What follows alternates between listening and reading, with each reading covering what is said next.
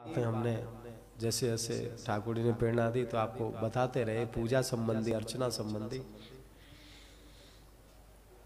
लेकिन एक बात और आपसे मेरा निवेदन है, आप सब बहुत अच्छे हैं, आपका भाव है, एक नियम अपने जीवन में बना लो,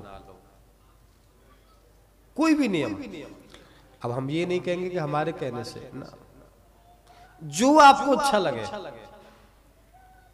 एक नियम। पर नियम का मतलब है नियम जो टूटे नहीं, जिसे आप छोड़ ना सको। दृढ़ नियम होना चाहिए, चाहे कुछ भी हो जाए, दुनिया इधर के उधर हो जाए, लेकिन हमको जो करना है तो करना है, उसको कहते हैं नियम। कभी छूटे नहीं। जो एक नियम ले लो,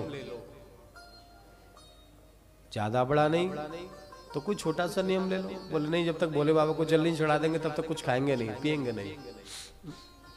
जब तक एक माला नहीं कर लेंगे तब तक खाएंगे नहीं। कोई भी ऐसा नियम जो अच्छा लगे। लेकिन ऐसा बोले ये करेंगे नहीं तो हम कुछ भी खाएंगे पिएंगे नहीं, छूटना नहीं चाहिए। क्योंकि हम जब कोई नियम लेते हैं तो उसमें देवता लोग विक्षेप करते हैं। सुना ना, उस दिन नारद जी ने तपस्या करी तो इंद्र ने भेज दिया, बोले जाओ तपस्या भंग कर दो।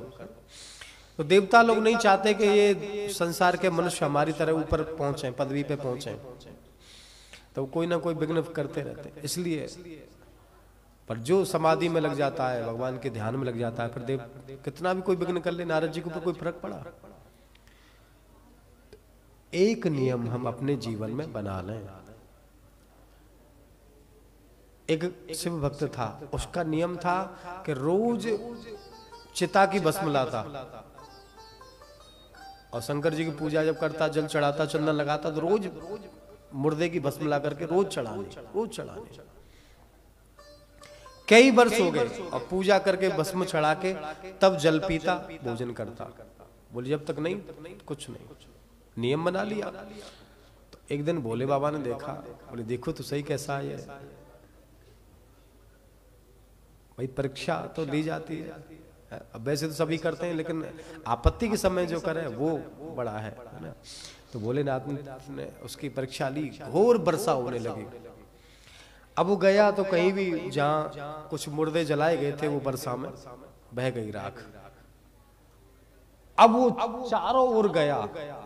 उस दिन सुबह से लेकर शाम हो गई, 50 किलोमीटर पैदल घूमा, लेकिन वर्षा इतनी घोर कि कहीं भी उसे चिता की भस्म मिली ही नहीं। शाम को हारा थका अपने घर में आ गया।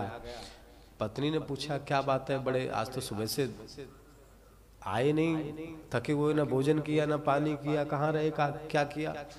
बोले कुछ नहीं बस। बोले पूजा भी नहीं किया आज आपने? बोले क्या करूं, भस्म लेने गया और इतना घूमा लेकिन कहीं भस्म मिली ही नहीं, बरसात नहीं हो रही है।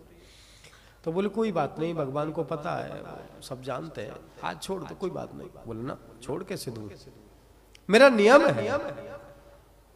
बोले कोई नहीं, भोजन कर लो, कल कर लेना। बोले ना, पूजा कर लो तो भोजन भी कल होगा, पानी भी कल ही पिएगा। आज भगवान की पूजा नहीं हुई तो आज नहीं, आज नियम टूट गया, तो इसका अपराध यही है, दंड यही है कि आज कुछ नहीं। संसार के लोग होते हैं ना, अरे बोले छोड़ दो, भगवान ने नहीं पता। अरे भगवान को सब पता है, लेकिन तुम्हारा तो। बोले नहीं, भोजन भी कल कर लेंगे, पानी भी कल पी लेंगे, एक दिन में मर थोड़ी रहे।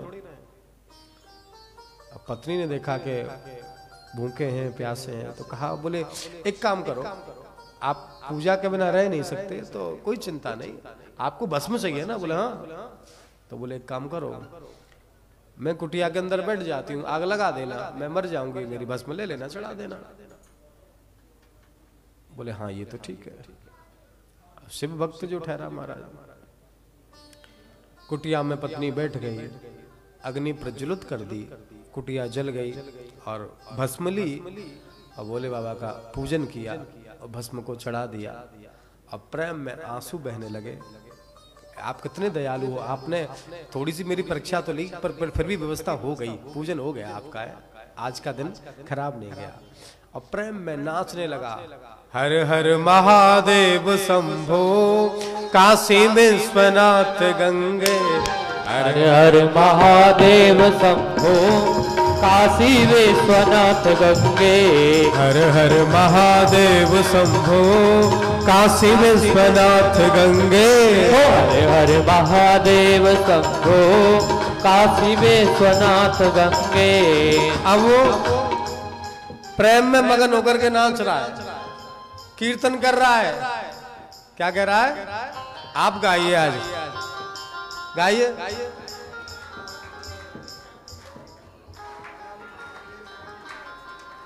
एक साथ बोलिए।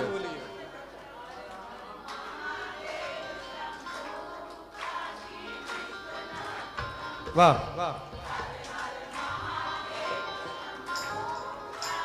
बजाओ।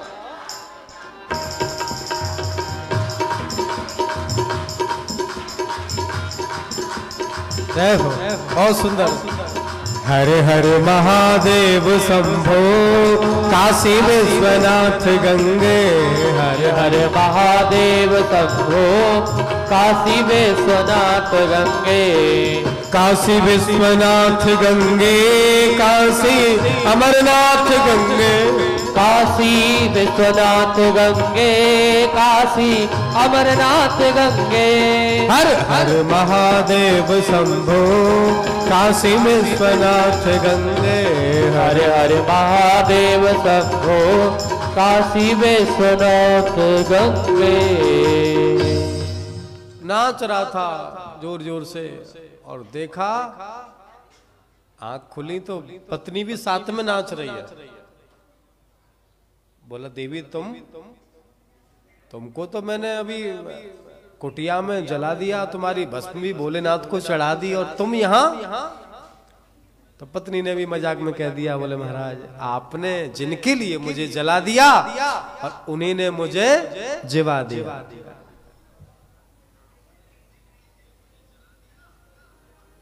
तो बोले कि हो कैसे गया? तो भोलेनाथ तो परीक्षा ले रहे थे। जैसे ही पत्नी को कुटिया में बंद किया जलाने के लिए, तो भोलेनाथ ने पत्नी को तो बाहर निकाल दिया और स्वयं पत्नी का रूप बना करके वहां कुटिया के अंदर चले गए।